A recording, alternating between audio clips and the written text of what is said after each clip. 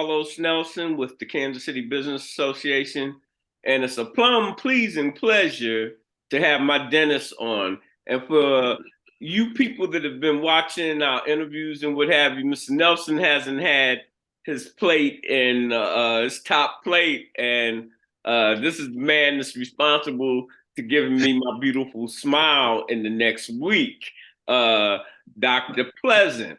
Welcome to the show, Joseph. Thank you for having me. Appreciate it. Hey, Doc, tell our audience, first of all, a little bit about yourself, where you grew up.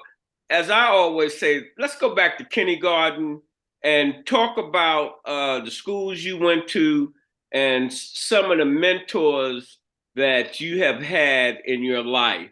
And then we'll start talking about your business. Okay. So I pretty much grew up right here in Kansas City, Missouri.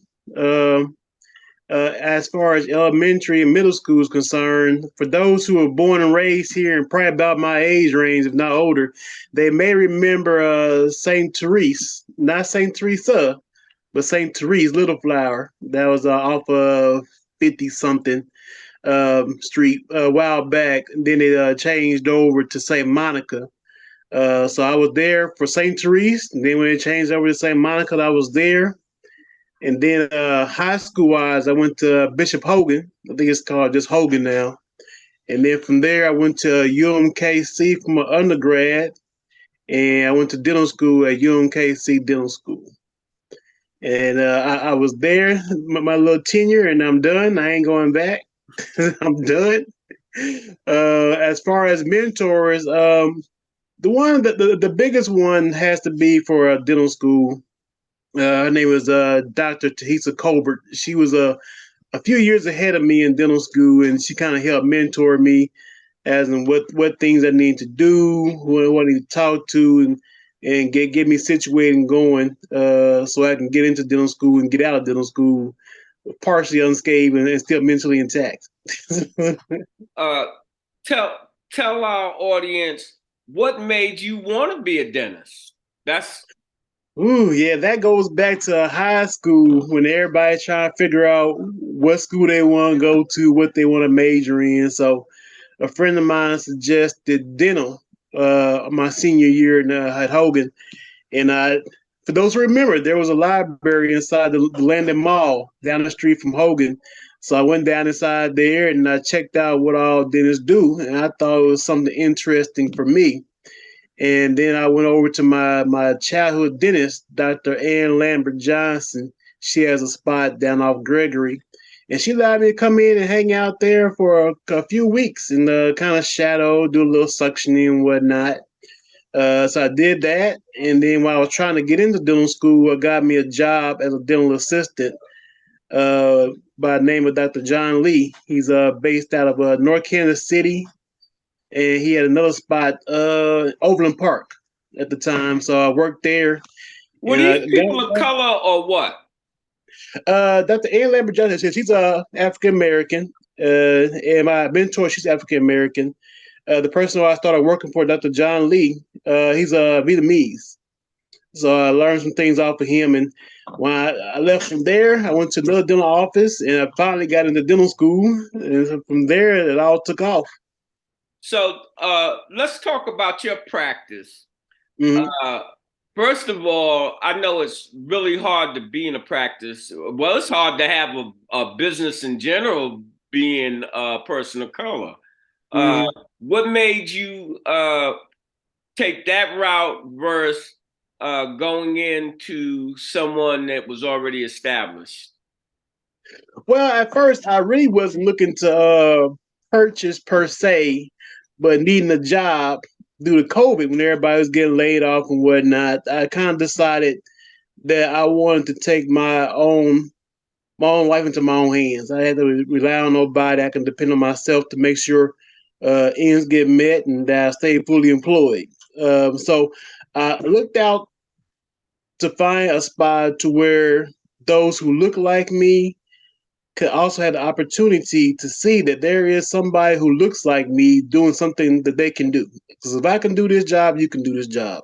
So I really want to inspire some of these young black males, preferably, but not limited, to realize that you don't have to always play sports. You don't always have to be a rap star, a music star. There's other things you can do in life equally as gratification wise, and that you can make a good, decent living off of. And I wanted to come back and give back to my community, and also help out these young minorities to help realize, there's other things you can do in life that you can help benefit yourself and for others.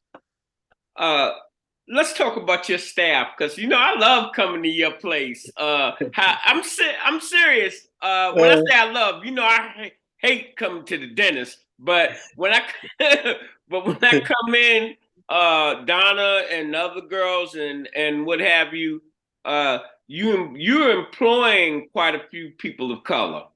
Right. And it's not really geared that way. It has kind of happened that way. Because I took on this practice from another guy who had people already established. And of course, with taking over, you're going to have some people that's going to come, that's going to leave. And so far, my core group has mostly been just African American descent. But it wasn't always geared that way. But I prefer it that way because a lot of my people who come through here are African American. So like I say, it's always good to have somebody that looks like you that's behind the counter working on you that you can kind of relate to. That's what I'm saying, because here I'm on the phone in the waiting room talking to one of my partners, and your receptionist knows them, and mom knows them. They were state legislators and different things, and the community. When I called to make my appointment, because my insurance pays for my stuff, I insisted that I use a person of color, and I feel that that is what we need more of, as you said, mentorship and what have you. But if our kids cannot see it, then it's hard for them to believe that they can do it. Right, right.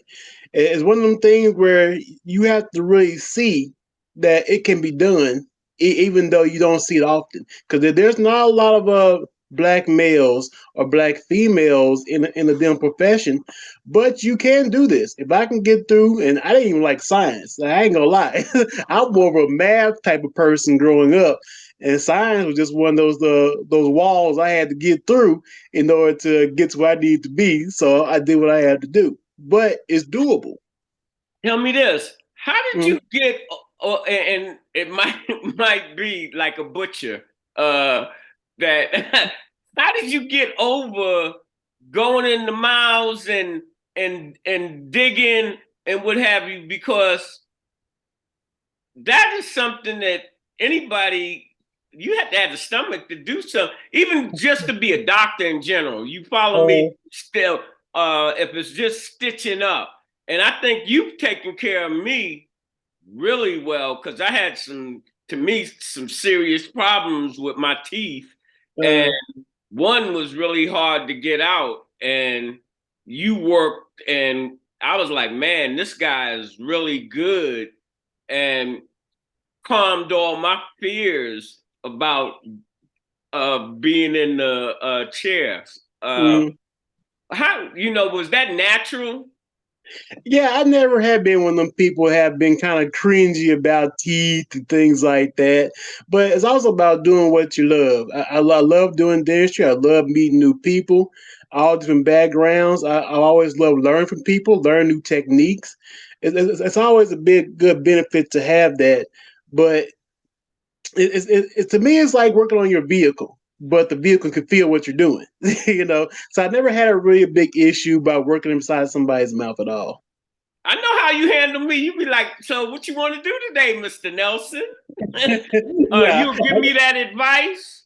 And a lot of times I can't see it's good advice until hindsight. Yeah, it's always darker until you get to the end of that tunnel. Like get a little bit more bright. So, tell our audience that might want to use your services, uh, what you the full Monty, what you do, age groups, all of that type of stuff.